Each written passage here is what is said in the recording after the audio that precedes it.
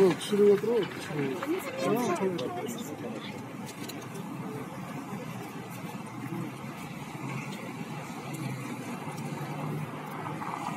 Video dedim, mecbur götürün. Hadi.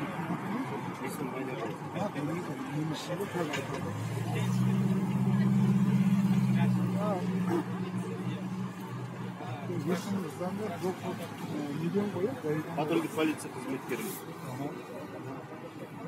Сіздердің де жиын болғаннан кейін сол тоқтатып не жағдай болды? Дұрыс. Не болды? Екі адам бас қосылмау керек, е? 86 көтерілісіне жиналғандар. Көрсетіп жүрші оны.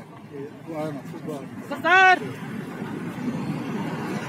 86 жылы қатысқан кісілер ғой, Иә. Желтоқсан 86 көтерілісіне қатысқанда енді біз ана гүлді көріп тұрсыз. Гүлді көріп тұрсыз. Қазір біз гүлді етеміз. Тұра беріңдер, келмеп қойыңдар. Гүлді көріп тұрсыздар. Кім? Айтжамал, тарата берші қыздарға гүлді. Гүлді тарата берші қыздарға. Анау тұр. Иә, қыздардың бәрін Сол гүл шоқтарын қазір қоямыз. Содан кейін Құран оқимыз. Суббота күні жұмыстан бәрі босатып келді. Жай күн емес, рабочий күн емес. Сосын ана Құран оқимыз да, кішкене әңгіме өтеміз да. Еске алу шарасы.